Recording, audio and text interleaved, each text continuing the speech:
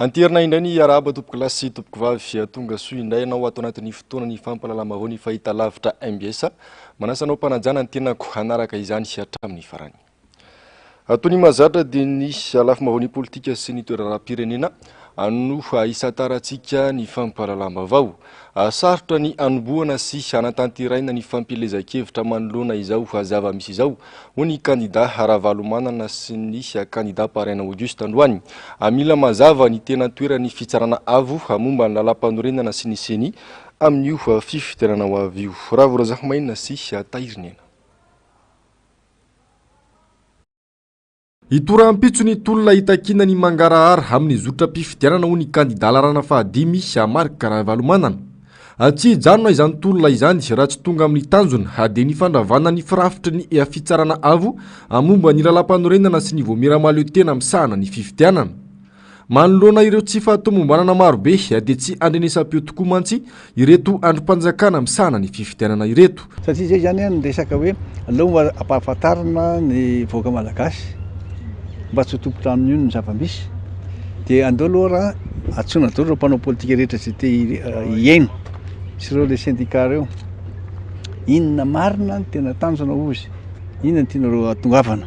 Dia hoe ny tianay atongavana dia ny amerina indray Madagasikara amin'ny tany-tany-dalàna manaja ny lalam-panorenana toy ny Andrakandriamaso ary indrindrindrindra anana mpitondra ekeny ny voaka tsara ary manaja n'izany lalam-panorenana izany, tsy manitsakitsaka ny lalam-panorenana. Dia faharoa hoe tsy maintsy vonjena amin'izao fahasairana mahazo azy zao mivoaka malagasy, fa ty tsy hoe resaka sosialina fotsiny fa tena resaka ekonomika koa. Tsy maintsy atao io zay anavotana azy aingana dia aingana satria efa resy.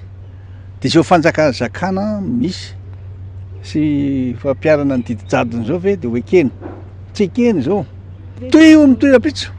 Zany hoe nanaja tsara fotsiny ny zareo amin'ny FFKM zay mba hajanony kely aloha izy mba fotoana kely zay navana azy.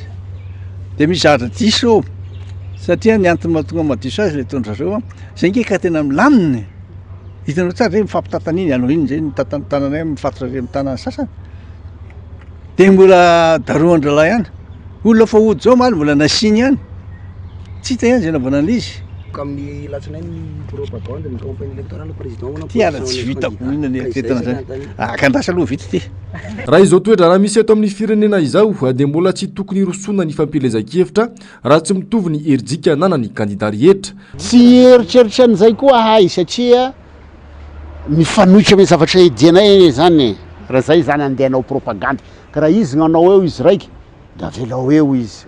Marina fa misy any ny vonombonina amin'izany fa tsy hanao propagande zahay zany, zay tena marina. Atsaivina fa ny talata ho avy izao no tokony hanomboka izay fampilezan-kevitra izay raha ny tetiandro hanavoaka ny seny. Andrasana araka izany izay fivoarany toe-draharaha. Fatsangana ny rantsana ho fandrindrana ny hetsiky ny vondron'ireo kandida olona avy amin'ireo antoko politika maromaro mitovy fijery amin'ny vondron'ireo kandida 12 no mivondrona ao anatin'ity rantsana ity izay natao hanatanteraka ny foto-kevitra sy ny vahaolana amin'ny raharaham-pifidianana fanampanazavana. Taon'izao ary dia azoko lazaina fa mitovy ny fomba fijery izay zavatra miseho eto amin'ny raharaham-pirenena sy indrindrindrindra manoloana ny raharaham-pifidianana.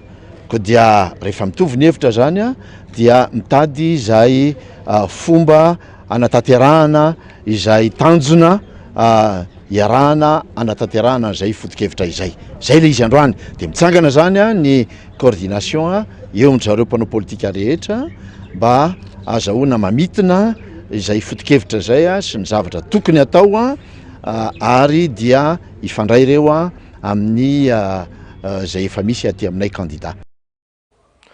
Fanoina tamin'ny vondron'ireo kandida misy 12 ihany koa io hariva io ny fianakaviam-ben'ny mpanjaka eto Madagasikara amin'ny maray aman-dreny azy ireo. Tanjon'izy ireo amin'izany ny fanelanelanana fa ihany koa ny fitadiavam-baolana amin'izao krizy lalina misy eto amin'ny firenena izao. Nambarany Andrinina Rabaruela filohan'ny fianakaviam-ben'ny mpanjaka eto Madagasikara fa ny fankatoavana n'Andriamanitra sy ny fanajana ny soatoavana mamalagasy ary ny fampanjakana ny fihavanana sy ny marinana tokony omena lanja sy atao vaindondrara amin'izao lalatsarotra lalovan'ny firenena izao fanampanazavana. Zany ray aman-dreny zany a tsy momba ny atsy a tsy momba ny aroa fa mijoro kosa mandray ny andraikitra mba hitondra vahaolana amin'izao crise ara-lalam-panorenana, ara-politika, ara-toekarena, ara-sosialy lalina izay misy eto amin'ny firenena ankehitriny izao. Zava-dehibe aminay a dia ny fankatoavana an'Andriamanitra, ny fanajana ny soatoavana malagasy, ny fijoroana amin'ny fahamarinana. Fanampitomboana 420 ora fanampin'ny fitazonana anirina Randriamasinoro eny amin'ny sampam-pikarohana Elokabevava ny Zandary eny Fiadanana. Atapitra ny ariva teo tamin'ny 5 ora ariva ny 27 ora anitazonana azy. Anampiseho firaisankina anitaky ny rariny sy ny hitsiny sy amanoloana ny zava-misy ireo habra politika any Antokotiko Madagasikara ny solombavambahoaka notrondreo vaolotsotra sy mpikatroka samihafa. Ando miaratina simbola avatsara.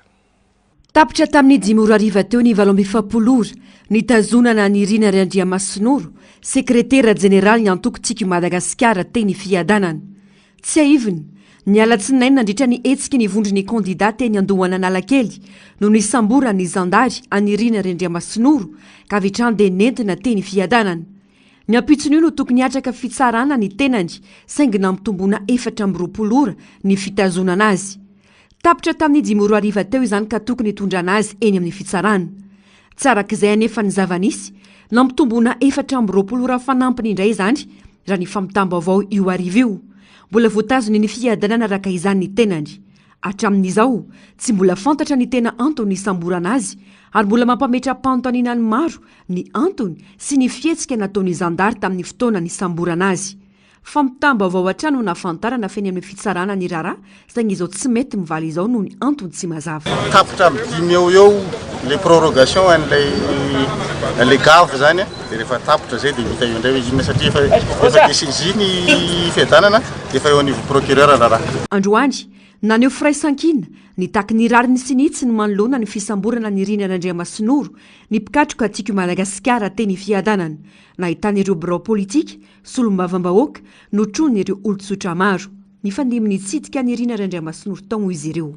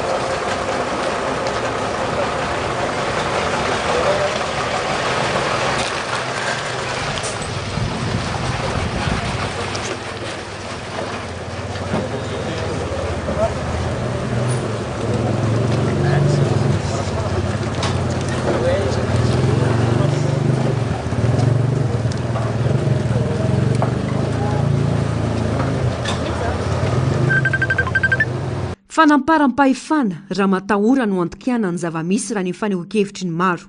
Nanaitra ny maro ihany koa moa ny fahitana mpitandro filaminana marobe dia tia Fiadanana androany.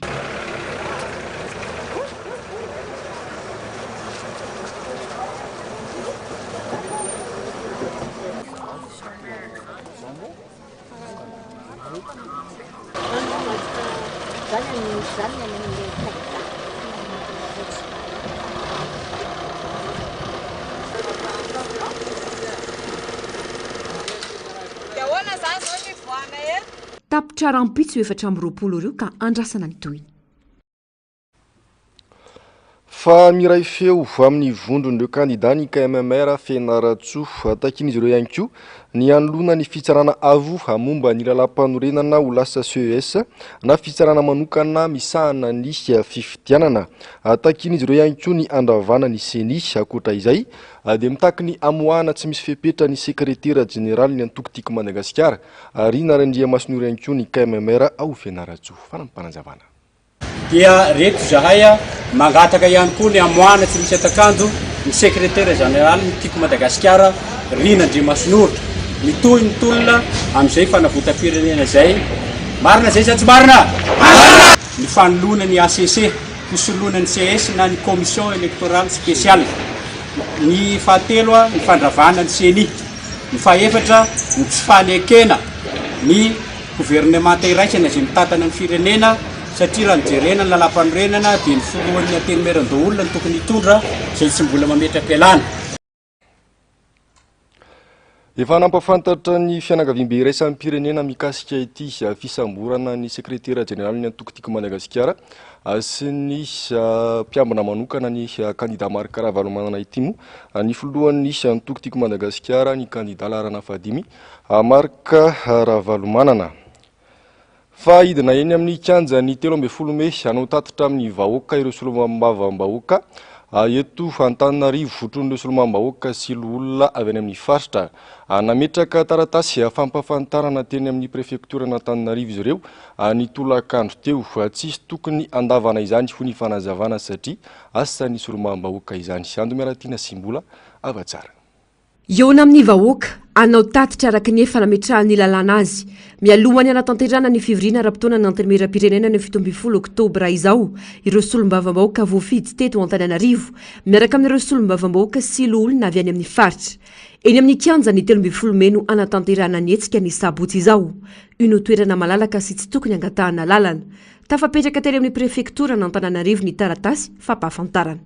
Satria afaka roerinandro eo dia iverina amonjy ny fivoriana ara-potoana faharoa zany zay amin'ny antenimieram-pirenena. Izany dia mieritreritra solombavam-bahoaka amin'ny tany enina eto Antananarivo renivohitra anao tatitra amin'ny vahoaka Antananarivo. Fa otrononay solombavam-bahoaka kosa dia amin'ny faritra satria maro be zay ireo avy amin'ny faritra ivelany Antananarivo.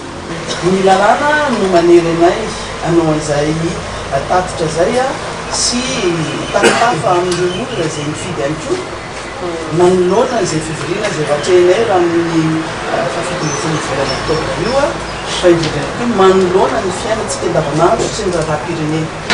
Ary izay ihany koa no anontronanay solombavam-bahoaka voafidy tany amin'ny faritra izao hetsika ataon'ny solombavam-bahoaka ny Madagasikara voafidy teto Antananarivo izao mba samy hahafantatra ny vahoaka rehetrarehetra manevana ny nosy satria rehefa atao eto Antananarivo misy ny haino manjery haino vakijery maro samihafa afaka ampitan'izay tatitra zay manevana ny nosy.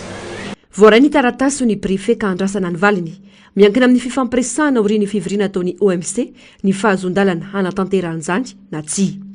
Resaka zany hoe valina teny vahoaka zany hoe isy fivoriana OMC ndraika zany androany raha azo atao mba atao fotoam-baroa ny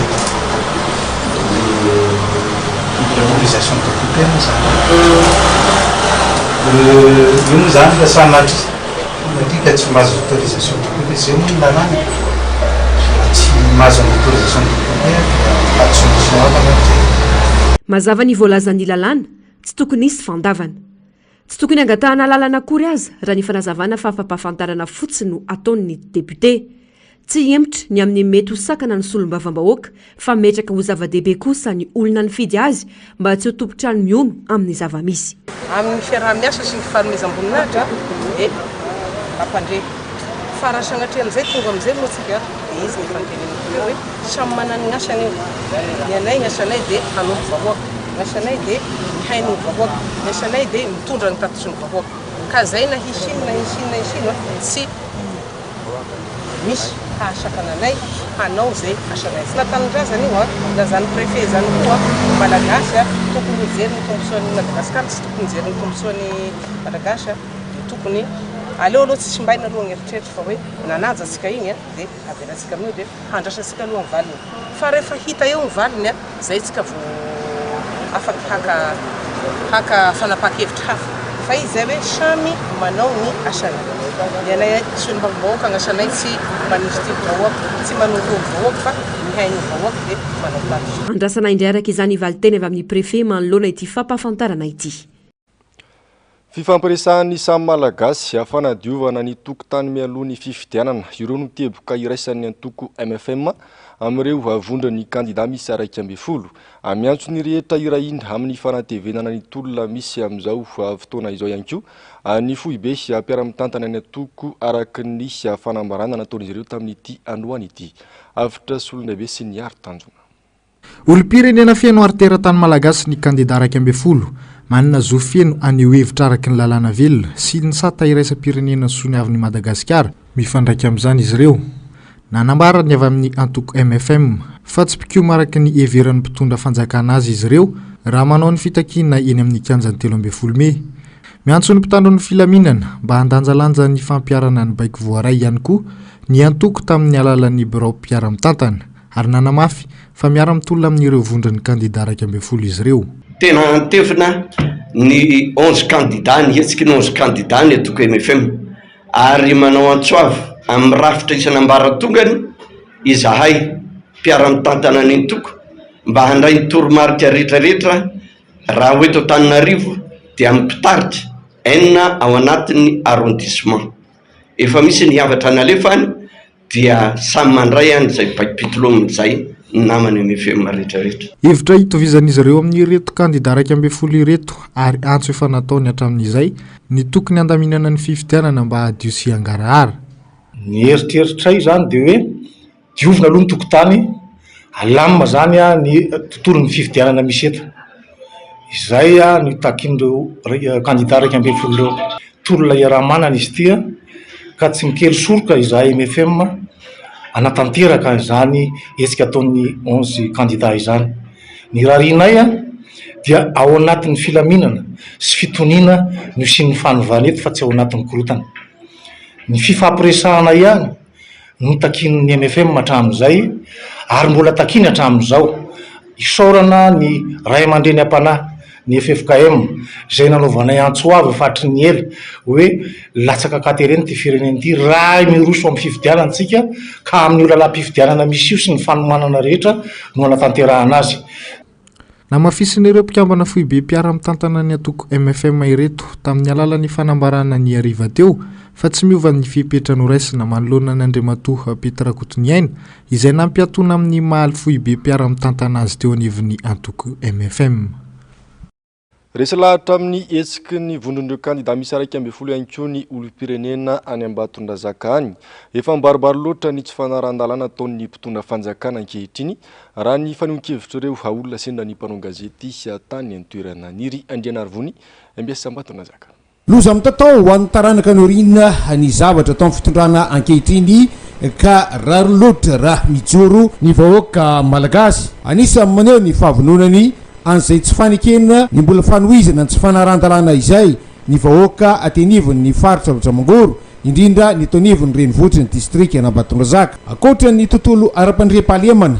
dia anisan'ny heverina fa tsy voajery ny fitondram-panjakana mihitsy hatreto aloha ny famahana ny olana ny fatapatapahany ny famatsiana herinaratra sy ny rano teto anivony zany renivohitra ny faritra loatra Mangoro izany mahatonga anay resy lahatra hiaraka amin'ilay hetsika ny collectif de candidat de tsotra ho an'eto Ambatondrazaka manokana ny resahanay tsy ekenay ary mampalahelo anay vahoaka no mahita ny fanaovana tsinotsinona ho an'ny vahoaka malagasy ao anatin'ity fitondrana ty ihany koa dia misy ny fanaovana tsinotsinona ny vahoaka malagasy aty Ambatondrazaka ao anatin'izany fatapatapahan'ny rano zay lava loatra ny jiro lava loatra nefa tamin'ny filoteo alohanao fanambarana dia afaka herinandro vitsivitsy dia ho fantanteraka ny fatapatapahan'ny rano sy ny jiro ankehitriny efa volana maromaro zay tsy misy fiovana tsy misy fanovana zany zavatra zany midikana efa tsy fahavitana tsy fafehezana ilay fitondrana tsony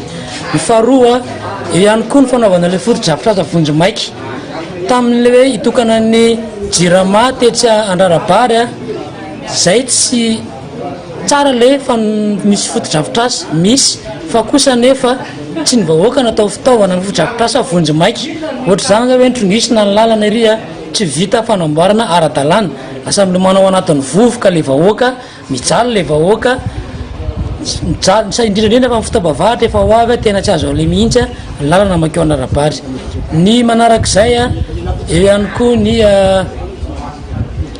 politika amin'ny ankapobeny eto amin'ny faritra loatra mangoro izay fanaovana tsinotsinona ny vahoaka majinika ny toromarika zany sisa no andrasana ireo mponina Ambatondrazaka dia ho avy izy ireo amin'ny hetsika fitakina ny rariny sy ny ara-dalàna eto anivony ity renivohitry ny faritra Tsamongoro ity.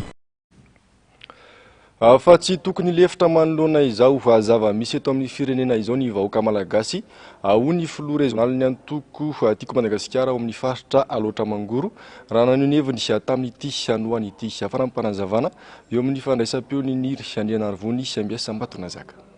Tsy tokony andefitra manana ny rariny vahoaka malagasy fa tokony hijoro hatrany hitaky ny fanaran-dalàna hoy ny filoha régional ny antoko tiako Madagasikara Loatra Mangoro raha monitry Narson Charles Emile mila ovana hoy izy ny rafitra mikarakara ny fifidianana mba tena ho fifidianana ikeny rehetra izany fifidianana izany. Amiko manokana dia tokony tsy lefitra manana ny rariny sisatra efa hita fa bidibe ny fandikan-dalàna nataony fitondram-panjakana zao raha tsy resaka fotsiny ny fifidianantsika ny fifidianana fanjasana ny filatsako fidinika André Rajoelina zay hodin'ny HCC fanina zay nilazany fa rehefa feno ny dossier dia tsy nidiany nisy fa zay dia nikiny candidature ny lalàna nefa tompo rehefa avokatra ny tamin'ny firenena République Malagasy dia tsy maintsy efa nandalo tao amin'ny HCC ary nahazo mifankataovan'ny HCC zay vao avoaka ho manakiry komatona avoaka reny coordination ty malagasy reny efa nikin'ny HCC zany dia mampagaga ny HCC milaza fa tsy mijery an'ilay filatsako fidiana araky ny lalàna fa araky ny eritreriny zany zavatra zany tenenako eto hoe anahirana fifidianana io ary efa vita planina miroa ny zavatra rehetra etreny ndray Rajoelina ny fifidianana io zany hoe amin'ny fotoan'izao zany dia ny arbitre sy ny commissaire matsa efa azo daholo dia eto zay dia mampahery ny vahoaka malagasy ary miantso ny vahoaka malagasy eranosy zay matsiaro fa voasosy ny tany-dalàna sy ny fahamarinana mba hijoro amizay fa tsy horarana tany rivorery izao tolona atao zao manaraka zany tompona ndraiky tany antoko tiako Madagasikara ty amin'izay Loatra Mangoro dia manamerika tanteraka ny fisamborana anterisetra natao tamin'ny secrétaire général ny antokonay zay olona mipetraka somatsara tsy manino ry ary tsy nisy fitangoronan'olona teo no natao sity mahery tahaka reny tena lavinay ry melohanay refetsika ny sandary reny taky zany koa natao tamin'ny garde du corps ny président Valmanina zay eny ambony tôbila miaro ny olona arovany dia natao sity mahery tandrena tena tsy rariny tokoa dia melohanay fetsika ny sandary reo. Faraky ny efa voalazako tetsy ampiandohana dia manoloana ny fisamborana ny sekretera général ny antoko tiako Madagasikara izay tsy ara-drariny sy ny mpiambina manokana ny kandida Marc Ravalomanana dia nanao saisine ny fianakaviam-be iraisan'ny pirenena toy ny masoivo frantsay ny masoivo amerikanina ny SADC ary ny firenena mikambana ny filompanorina ny antoko tiako Madagasikara mba hijery izao zava-misy tsy ara-drariny eto amin'ny firenena izao.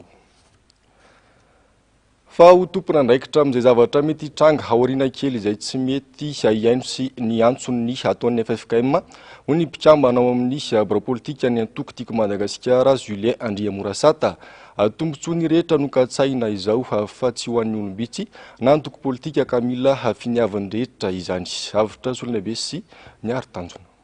Miazakazaka ny fivoaran'ny toedrara eto Madagasikara mitohy hatrany ny fampiantsona sy ny fiainona ataon'ireo ray aman-dreny sy ara-panahy avy amin'ny FFKM hitadiavana izay vahaolana ho an'ny firenena izay efa tena latsaka ankaterena ankehitriny.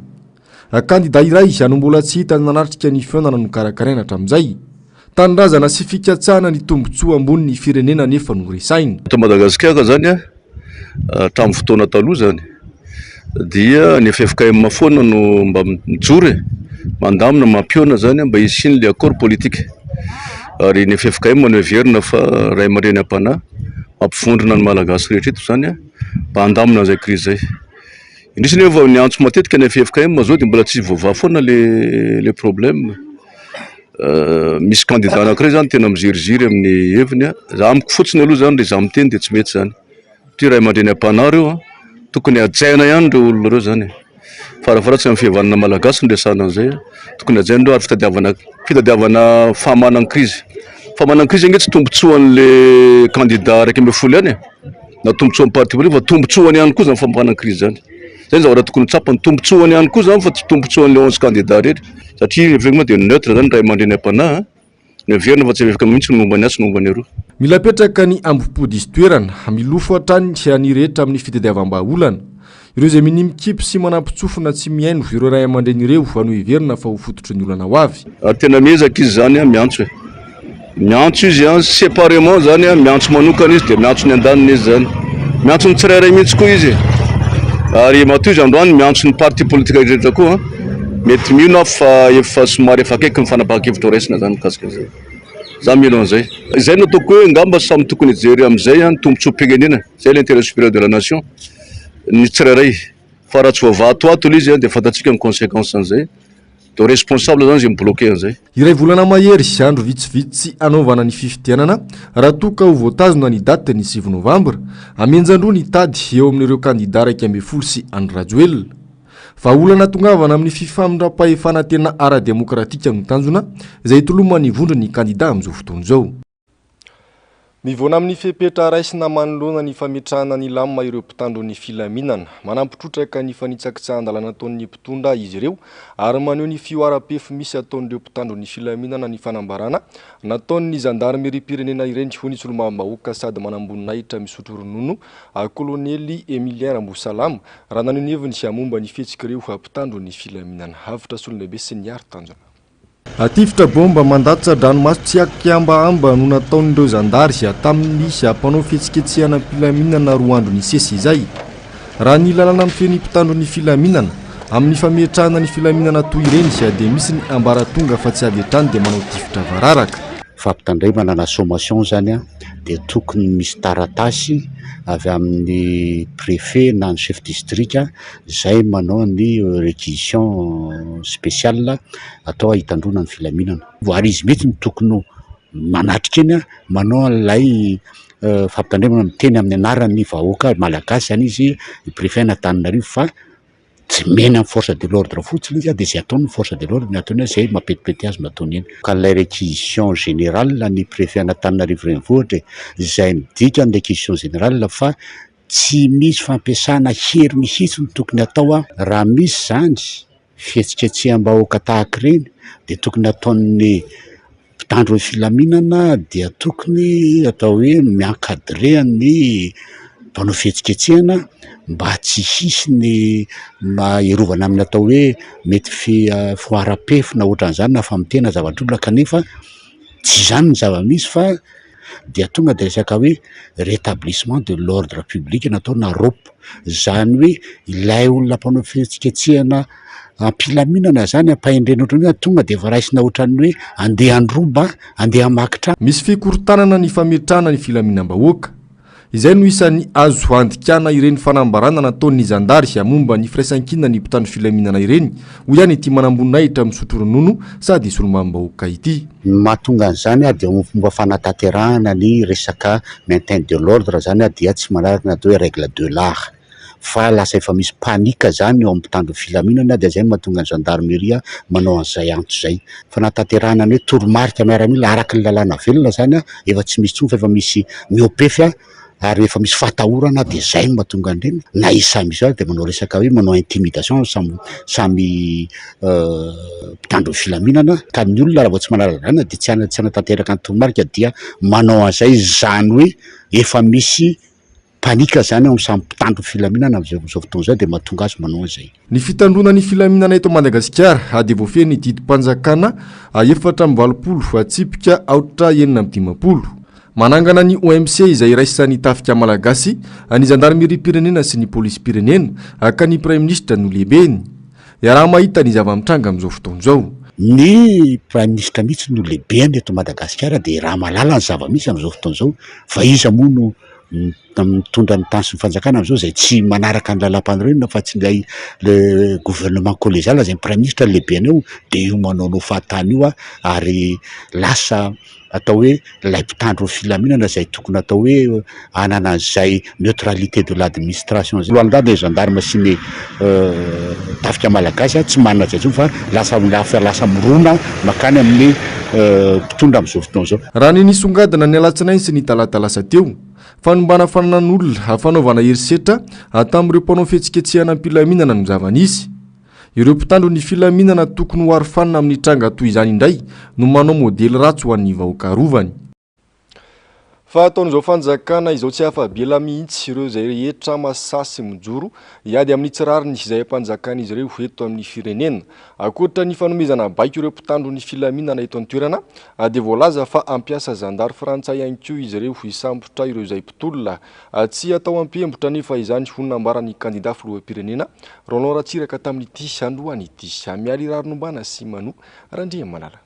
Manao ny fomba rehetra entina mpiororona ireo mpiretan-drazana amin'ny alalan'ny fampiasana mpitandro filaminana ny fitondram-panjakana amin'izao fotoana izao. Ankoatra nefa fisian'ireo mpitandro filaminana eto an-toerana anaovana raha matahora ny vahoaka malagasy.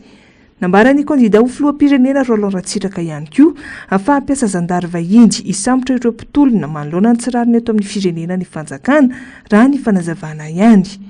Tsy mahay mandray leso ny Andry Rajoelina raha hitodiana ny zava-nisy tany aloha ho hiatrany nambarany ity kandida ho filoham-pirenena ity. Ny antson-tarobe voazoko teo Van Thomasina dia misy zandary frantsay fotsy le olona amin'ny teny frantsay zay ampiasaina manao arrestation. Dikan'izany efa io ihany no zavatra nitsikerenay isy Andry Rajoelina tamin'ny fotoan'androny tamin'ny 7 dia le fadisoana taloha zay nikritikeanay miverina ankehitriny ary mihoatra ny taloha mihoatra lavitra mihitsy ny zavatra ataony tsy azo ekeny zany. Isaika sy prime ministre tokony manome valim-panontaniana amin'izany teneniko zany hoe inona dikan'ireo vazaha. Anisan'ireo niarany antso-jay ity kandida ity nandritra ny fidinana an-dalambe omaly raha iny an-dalana mody sy vodiny iny. Nambarany fananam-poan'ireo mpitandro filaminana baoma mandazatra ranomaso ny fiarany ka vota amin'izany ny mpiambina azy manokana. Zavatra nitranga dia zako dia anisan'ny teny hoe ataontsika mpilaminana ty fidinana ity ty serisetra dia zay mihitsy natonga anako tsy niezaka ny teny hoe ty barage ty tsy vakitsika dia niveriny zay tonga indray le barage faharoa dia zay tsy vakitsika koa iny dia nilamina. Kanjo rehefa andeha hody efa nilamina efa andeha hody andeha hiazo ny tomobile koa dia nisy tifitra varahaka grenade lacrymogène dia nisy grenade mipoaka teo amin'ny tomobiliko dia ny garde du corps zany nisy voan'le zavatra fa za tafitra anaty tomobile. Mampalahelo zany zany zavatra zany. Mbola nanamafy hatrany ity kandida ho filoham-pirenena ity fa mitolitolona amin'ny fitakiana fifidianana madio sy mangarahara eto amin'ny firenena ho amin'ny rahampitso. Raha bombasibasy izay miteraka ratra sy mety hamoizana ny ain'ny mpiretan-drazana no fitaovana ampiasain'ireo mpitandro filaminana. Nanambara kosa ny tenany fa hivimina chou-fleur anoherana izany.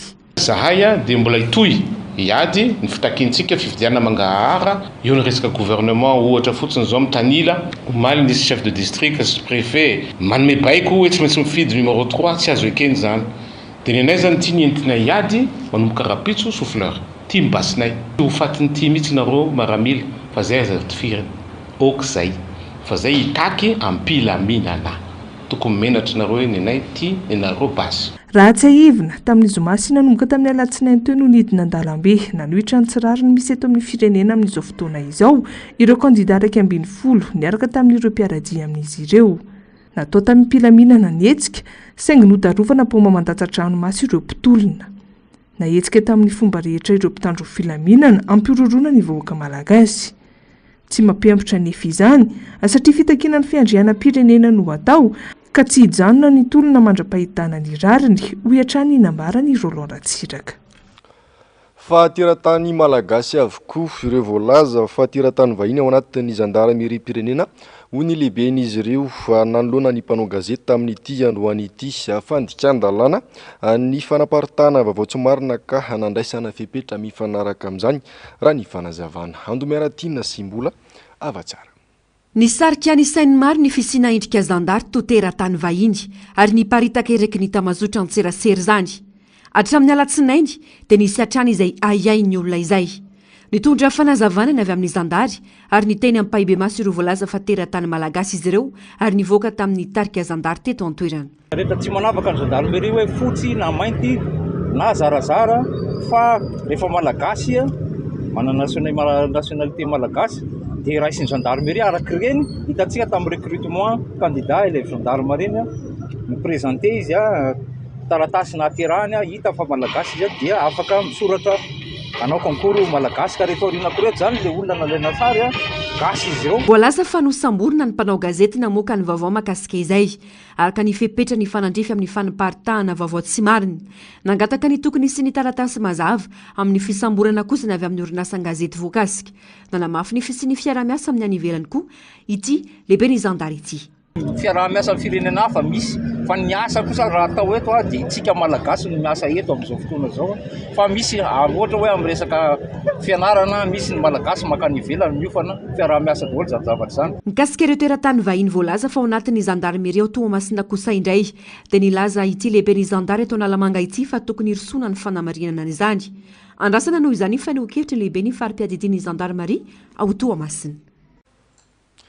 Fifidianana madio amoaka ny tena safidim-bahoaka no ilaina petraka eto amin'ny firenena.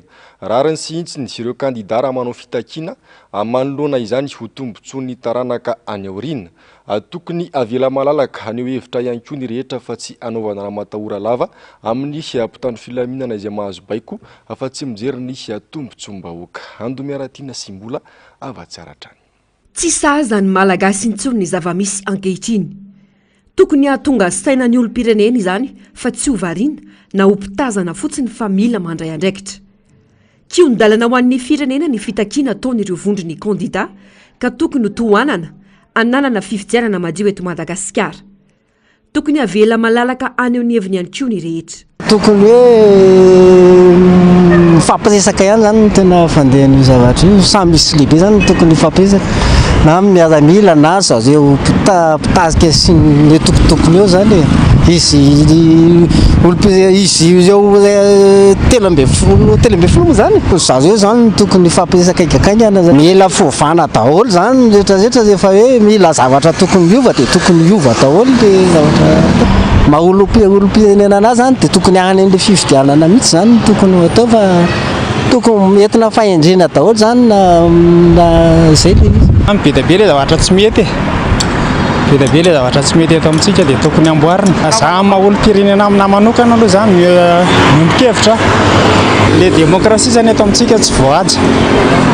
Tokony avela malalaka le maneo an'ilay fitakiana satria inona ary maha-demokrasia an'ilay demokrasia rehefa tsy avelanao malalaka le fitanao an'ilay fitakiana le anina misy antony eny le izy matomony mitaky ary le zavatra takiana tsy hoe zavatra inona fa zavatra normal be le zavatra takiana le zany za tsy hoe manakana le fifidianana fa mba atao madio zany le zavatra andehanana aloha ohatra hoe satria izay zany zavatra malaza be zany io aloha hoe ny ACC zany aloha zao ohatra hoe tsy manaraka an'le misy tsy fanarahan-dalàna zany dia mba hoe ovaina zany aloha le ACC mba hoe eken'ny rehetra zany aloha le zavatra atao dia ohatraohatran'izay koa nsiany ovaina daholo le mpikambanao.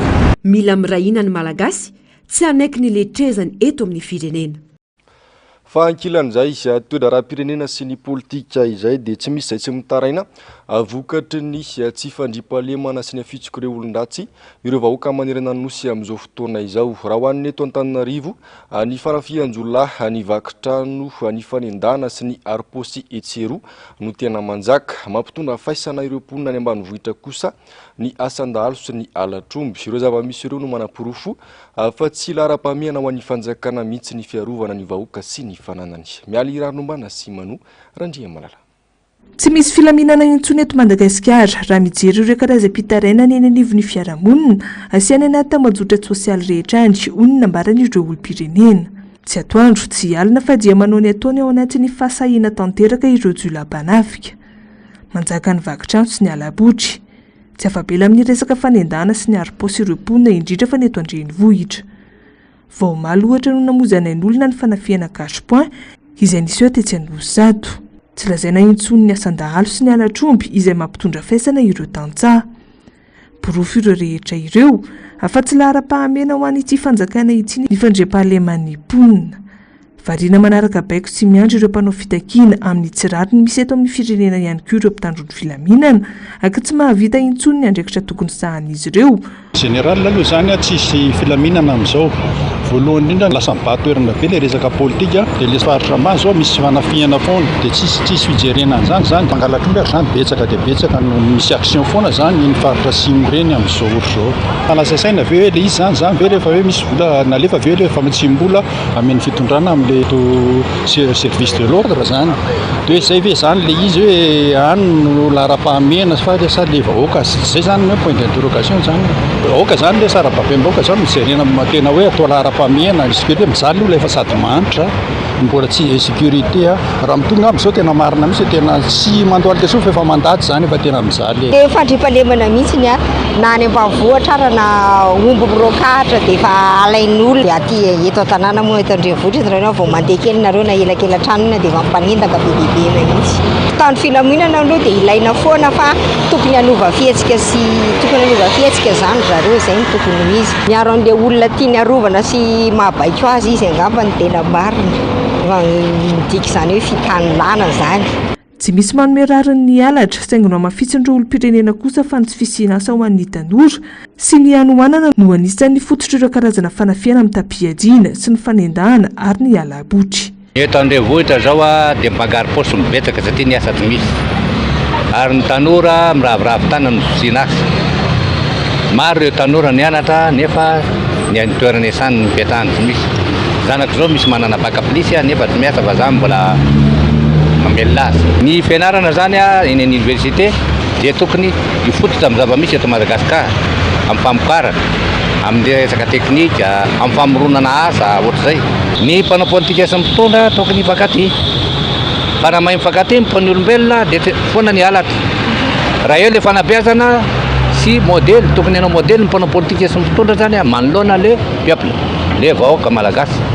Ka io moa rehefa vola fototry ny fitoro amin'ny fo tsy afaka mijery lavitra dia tsy afaka mitana le fahamarina. Fa rehefa ivoly io zany tena fitorona dia tsy misy le fahamarinana. Tsy afaka manasoa ny hafa, tsy afaka manome ny hafa. Milandalandany io fitiavam-bola io. Aorian'ny resaka sosialy anisan'ny andraindray ny vahoaka malagasy vahaolana faran'izay aingana ny resaka tsy fandriam-pahalemana. Ankoatra ny fahaverezam-pananana mantsy, matetika mozanaina ihany koa ireny fanafiana isan-karazany misy eo ireny. Amin'izao fotoana izao, na vola 2,000 aza dia fandatsahan'ireo olon-dratsy ny an'ireo mpiray-tanindrazana aminy. Asa raha oviana voaleo tena tanteraka amin'ny asany ka tena ho mpiaro ny vahoaka sy ny fananany tokoa ireo mpitandro filaminana eto amintsika. Kilalao maloto tsy mahazaka resaka mampiasa fahantanin'ny fitaovana eo ampelantanany izay efa tokony tsy hananany fahefana intsony.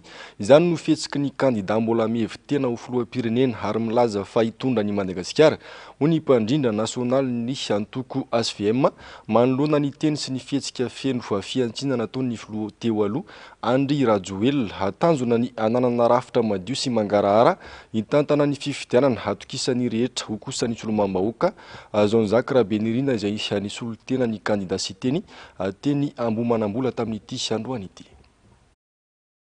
Sarotra ny atoko fangarahara sy tsy tanila ny fifidianana raha ny kisarisary misy amin'izao fotoan'izao. Mihoatra ny tokony azo andeferana ny fampiasana fa efa mpanjakana eo ampelantanana. Raha malala fa ny filoha efa nametra-pialana satria kandida ihany no sarotsara no mitantany amin'ny firenena ankehitriny. Efa hitantsika zany ny fiandaliana diso tafahoatra sy mivandravandra ataon'ny gouvernementa zay lazainao ekolozialy, ataon'ny ireo rafitra mpitantana ny fifidianana sy ny ratsamangaikany ka ahoana moa no heritreretantsika fa zay fifidianana mandeha eo dia tena hoe hampitovy lenta ireo kandida tsirairay avy izao fitondram-panjakana misy zao zay no mipetraka ny ahiahy ka ilaza ianareo hoe bo accord politika tsy accord politika amikoa ny olana androany dia ny hananatsika an'izay rafitra izay zay fomba mety hifandinihana ny tatabatra boribory na ny mpitondra fanjakana satria na ny mpitondra fanjakana koa mahita tombotsoa am'izany nge satria zao raha ohatra ka forceny io fifidianana io de olaniny izy de mieritreritra ve rajoelona sy ny forongony na ny gouvernement tatsay sy ny forongony zay nanao forcing nanaisitra ny président ny sénat zay tokony prévu amin'ny constitution izy ny tokony ho chef d'état par intérim de mieritreritra very zareo fa hilamina ny tany sy ny fanjakana samby tompona ndraikitra eto ary samy tia tandrazana ohatra ny fanazavana tsy misy afa-tsy ny fifampiresana amin'ny vahaolana saingy manao be marena ny candidat sasany tsy manaiky nisy ny filaminana matoty sy mamaly ny antsondreo candidat izay mikatsaka filaminana vao mainky aza miantsy ady amin'ny mpanohitra no ataony tsy fotikevitra ny jorony eo fa ny fiarovana ny tenany satria izy dia tsy manara-dalàna izy dia vazaha ny vazaha tsy afaka mitondra Madagasikara zay fotsiny io dia nanaraka ny ACC nanaraka ny maramila gendarme sy zay ministre sy premier ministre miaro azy eo dia manaraka an'izay fa eritrereto fotsiny hoe tsy izy ary le olona io zay ny mba eritreretintsika hoe tsy Andry Rajoelina zany le nanana nationalité vazaha fa ataontsika hoe ery Rajaonarimampianina nangiara Valomana nangiasy teny dia eritreretinareo fa ohatr'izao zavatra nitranga tsisy zavatra nitranga teo fa tonga dia lalàna ny ampiarina ka maninona no rehefa izy tsy azo ampiarina lalàna fa vonoana ohatr'izao ny olona korotanina dia lazaina indray fa zareo manara-dalàna matahotra fifaninanana madio ny candidat Rajoelina sy mipomba azy ho ny hafa malalaka amin'ny hetsika ataony sy mifanehoan-kevitra ataony izy ireo mpifanandrina aminy amin'ny fifidianana kosa ampiasana ny mpitandro filaminana na mihetsika kely azy tsy républicain Madagasikara ary tsisy natao hoe démocratie eto dia te hiteny ary te hanafatra ho anareo mpitandro ny filaminana ianareo dia hiaro ny vahoaka sy ny fananany fa tsy hiaro ny tombotsoan'ireo mpanao politika reo ekeko fa manao ny asanareo ianareo nefa ny asanareo dia apetrao ho amin'ny tombotsoa amin'ny firenena ary indrindrindra ho amin'ny vahoaka malagasy mitodika anao ary Andriamatoa Andry Rajoelina anaminao no atao hoe rangoro fototry ny afo satria anao dia anisany tsy mba azo ifampiresahana na ifandaminana ny zavatra ho atao sanatria akory tsy hoe tsy matokony CNI sanatria vavavadia lela tsy hoe tsy matokony ny ACC fa ny zavatra misy sy ny zavatra fiseho-javatra etsero no mahatonga amin'ny vahoaka malagasy zay manohana andreo candidat misy araiky amby folo reo tsy atoky an'le fifidianana mienjandroatra ny aloha ny tady eo amin'izy raiky amby folo mirahalahy ankilany sy ny candidat ny fitondrana andaniny ity farany izay tsy manaiky ifampiresaka ka tsy mamaly na indray mandeha aza ny antsondreo ray aman-dreny ampanahy tamin'ireo dingana efa nataon'ny FFKM. Etsika maromaro voasaika ataon'ny vondron'ireo candidat no nosakana ny mpitandro filaminana trany na io amin'ny toerana mifefy na ihany koa eny Ankalamanjana.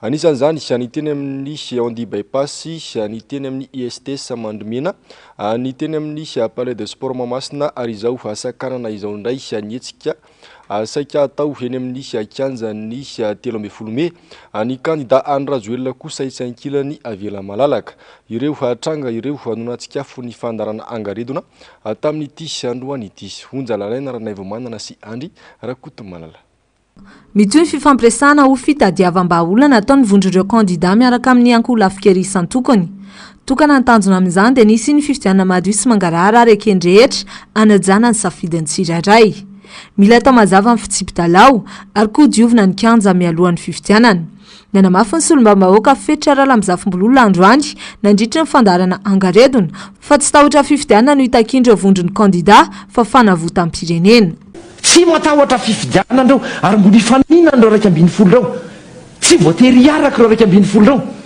fa le hoe fitsipidalao ekenrehetra tsy manome vahana na manome tombony an'izaniza zay nitakindreo vita kabaro iza teo ka rehefa tsy hanao an'izay ianareo dia alefaso miara-madafokanesika tsy adala akory ireo candidat raiky ambin'ny folo reo ary tsy matikandro ary mbola miantso Andriamatoa Andry Rajoelina hoe aleo mifampiresaka ary aloha dia io hita eo fa zaho angely zavatra misy ary aoka hitovy ny dika omena ny vahoaka hoe iza no tena mamadika n'ilay resaka vahoaka no inina zarazarana amina fanambarana tsy manaraka ny tokony ho izy sy mamono ny feofetreretany malagasy.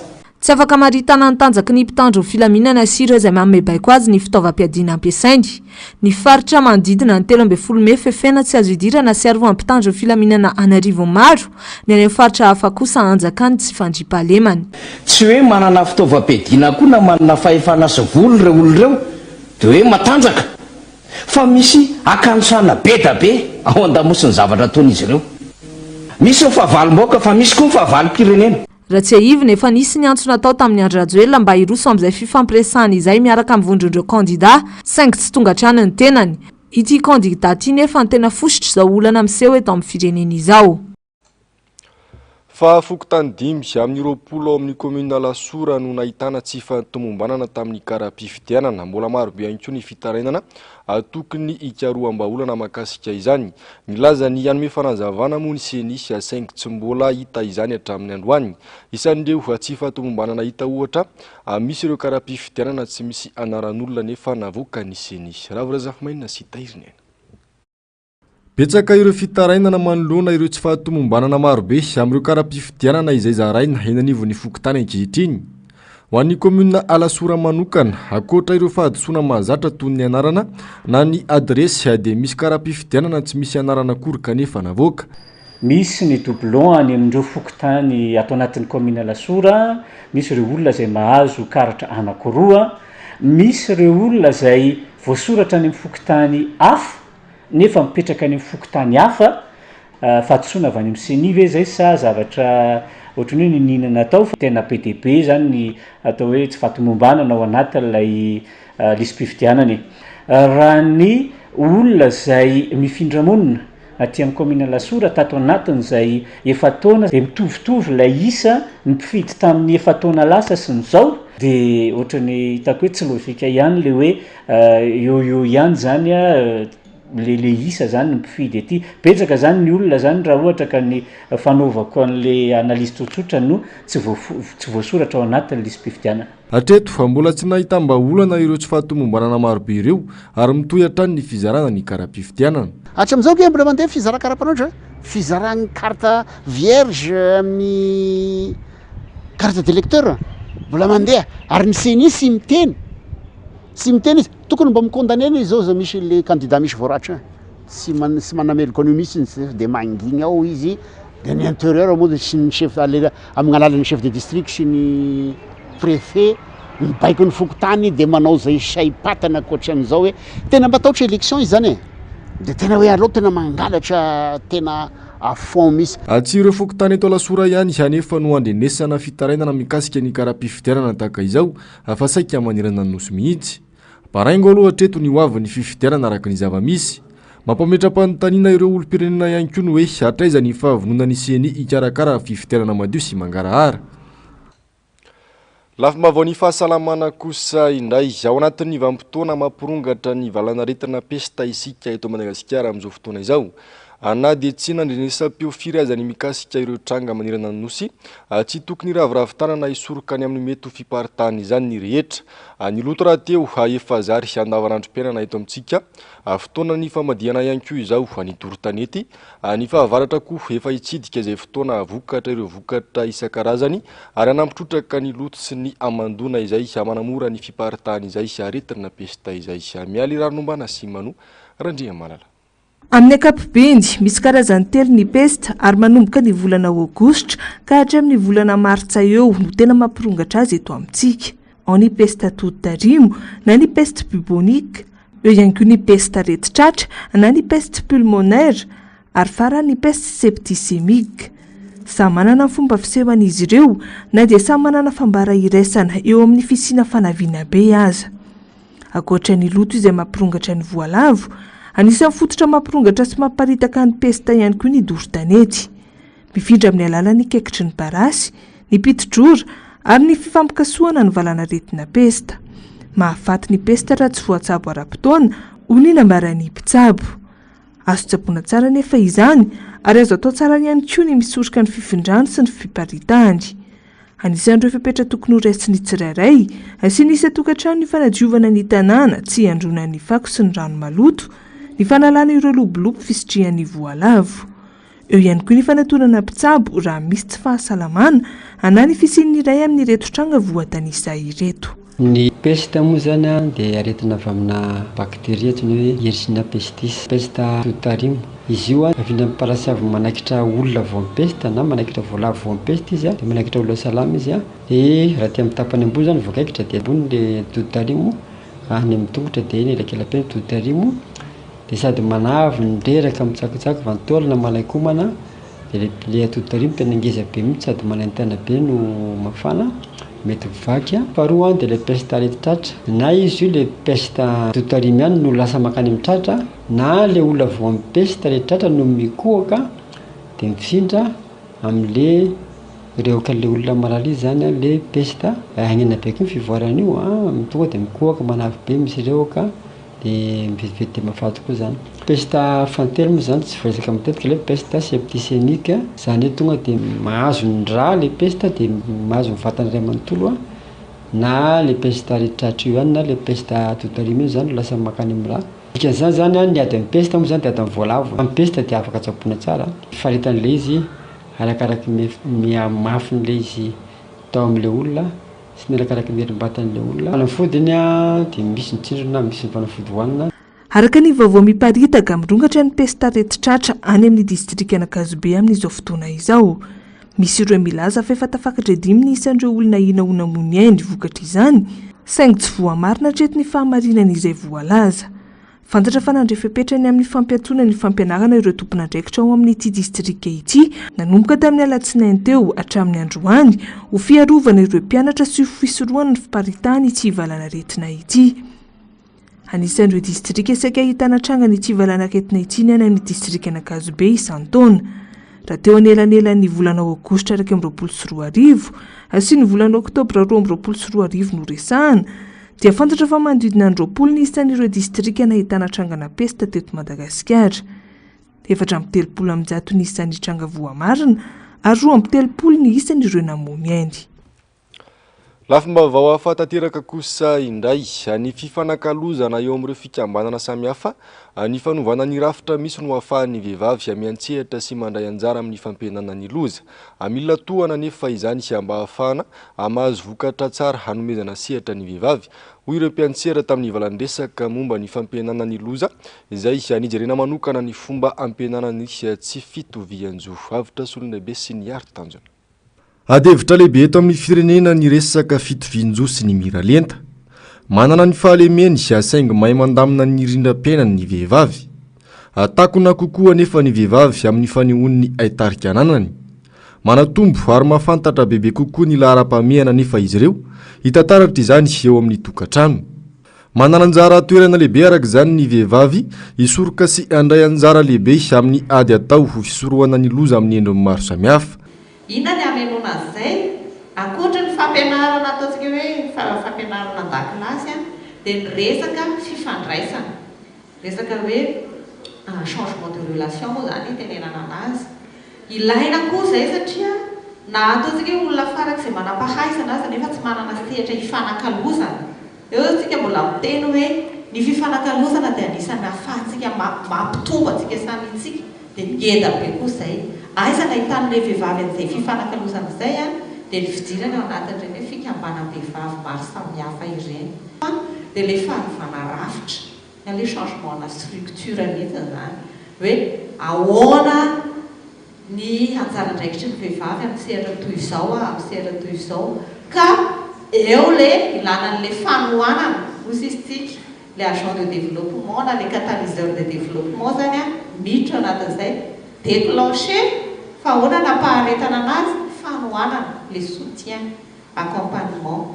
Mila manana finiavana sy tokianko ny vehivavy ahatanteraka ny adisisika samihafa. Atao zava-dehibe ao anatin'ilay culture de positivité le hoe fantatrao ny antony manosika anao ary fantatrao ny hery manosika anao an'ilay izy tsy voatery hoe andrasanao hoe dia raha zarery ny eto dia toy ny ahoana izay isika rehetra manano engagement efa nadalo an'izany daholo miantsoana dia tsika rery ohatra ny adaladala rery eo fa tsisy olona miomboka hevitra aminareo fa izay le hoe ny positivité dia tonga ho azy ao anatin'izay hery ny farisendahatra izay. Apakady mbola lavitra ezaka ny fanomezana sehatra ny vehivavy eto amintsika na dia efa miroso tsikelikely aza ny politika maro lafy apetraka. Asinganana manokana ireo faritra sy toerana izay mbola manome lanja ny lehilahy.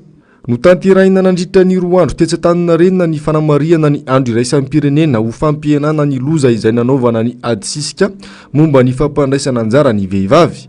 Ampiaramombona antoka maro sy mpiantsehatra samihafa no tonga nanatrika izany. Anisy ny valandresaka nandraisan'ny vehivavy anjara izay niompana indrindra taminy hoe ahoana no iadiana amin'ny tsy fitovinjo mba azahoana mitarika sy miatrika ny zava-misy ho amin'ny ho avy. Fa tonga ny tsapa alahelo sy nanatitra izay voatsorambon'ny tanana ho an'ireo namana sy havana ny arambona noho ny fahamaizana trano atao amin'ny distriktan'ny Marovoay ny Kaimamera atao amin'ny faritra Boeny. Ratsaivina dia tokantrano folo tafo no maikila forehitra ary fianakaviana ampolo no tsy manan-kelofana tao an-tampon-tanànan'ny Marovoay ny volana septambra lasa teo vokatra ity fahamaizana ity. Maresaka iraisam-pirenena kosa indray anosaziny fanjakana Rosiana igadra 20 taona sy enim-bolana an-tranomaizina ilay mpanao gazety vehivavy teratany Rosiana Marina Ovsianikova anapangaina ho nanaparitaka vaovao tsy marina sy nanakiana ny tafika Rosiana ity mpanao gazety ity. Anisany nampalaza izay koa ny filanjana sora-bavety nandritra ny fampalalam-baovao natolony izay miantso ny olona mba tsy ino izay lazain'ny mpitondra Rosiana. Ny antsony amin'ny tokony ampitsarana ny ady eo amin'ny Rosia sy Ukraina ihany koa ny tenany. Hunjalalana nanavimanana sy Andry Rakoto Malala. Mpanao gazety Rosiana vehivavy iray antsoina hoe Marina Ovsianikova no voahelika higadra 20 taona sy tapany noho ny fanakiana ny tafika Rosiana sy ny filazana fa famparitahana vaovao tsy marina. Anisan'ireo manohitra ny fanafiana nataon'ny Rosia ny Ukraina Marina.